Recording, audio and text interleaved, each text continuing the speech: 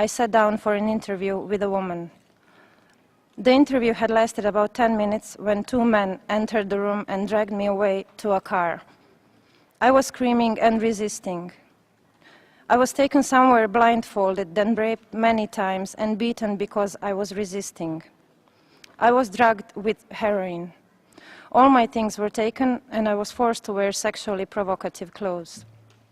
I was forced to do prostitution in Ljubljana for about 4 months. I was repeatedly threatened in order to obey them, especially by the life and freedom of my little sister. And I was constantly reminded how easy it is for them to put her in my place. We girls suffered more.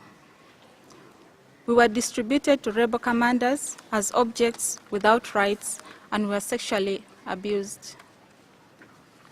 We had to carry very heavy loads, cook and do other duties, including digging in the gardens in the rebel camps. I was given to a man who had 20 other abducted girls, and he was a brutal man, and I had 2 children with him. म काम गर्छु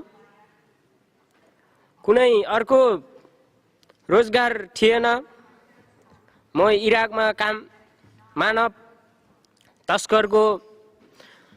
तस्कर भएको मानिस हुँ कहा दे दो बच्चे का काम कराएगा अच्छा तो नहीं लगता है मजबूरी में चला है छोटा बच्चा था 12 था बड़ा 18 है दिन 9 बजे जागते थे काम बैठ जाते थे 12 बजे रात तक करते थे रुपया नहीं दे रहा है खाना खरीद दे रहा है 50 रुपया दे रहा है एतवार को. And then I got in this trafficking situation, and I was in it for 2 years. And then when she came into the picture, it gave me hope that I could try to do something out of my life, because there's a lot of poverty in Africa. And just to think that I could go to school and try to learn and become something, then eventually in the future I might be able to go back home to my country and be able to help the people that are still suffering on a daily basis, even to this day. I mean, trafficking is happening everywhere. There's 27 million slaves around the world today.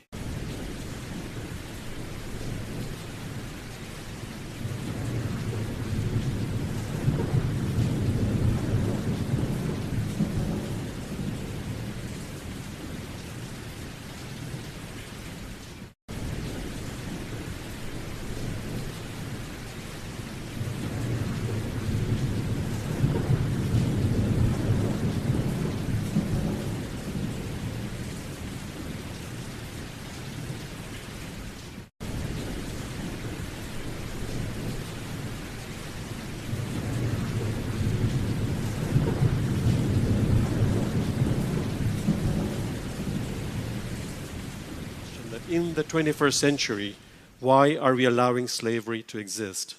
It exists in a big way. There are at least 27 million slaves in this world today. 27 million. That's far more than the slaves that were transported out of Africa over a period of 400 years, east and west.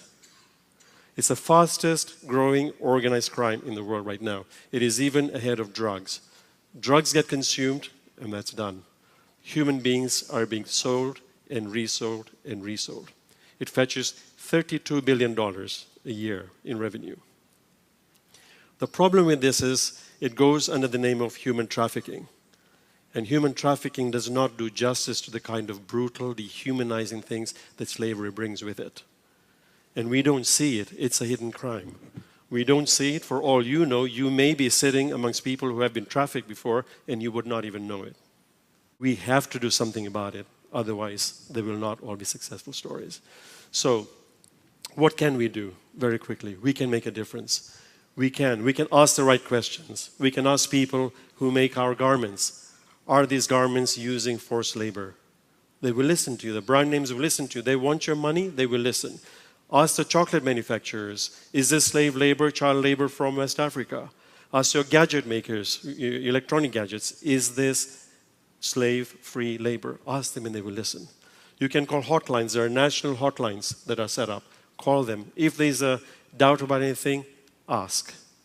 And get your law enforcement authorities to really take action and not treat the victims as the perpetrators.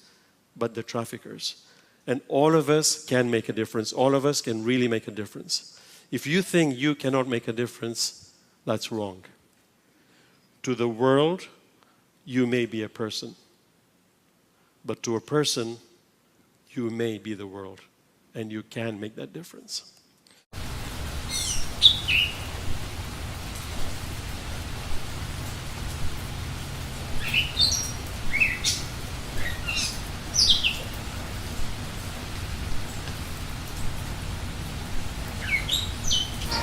I would say what the meaning of your life is what you make it. What you think, what you want your life to be. Nobody can decide what you will do except for you. You have control over yourself. You may not be lucky enough and the odds may be against you, but there's never a definite no that you cannot do this.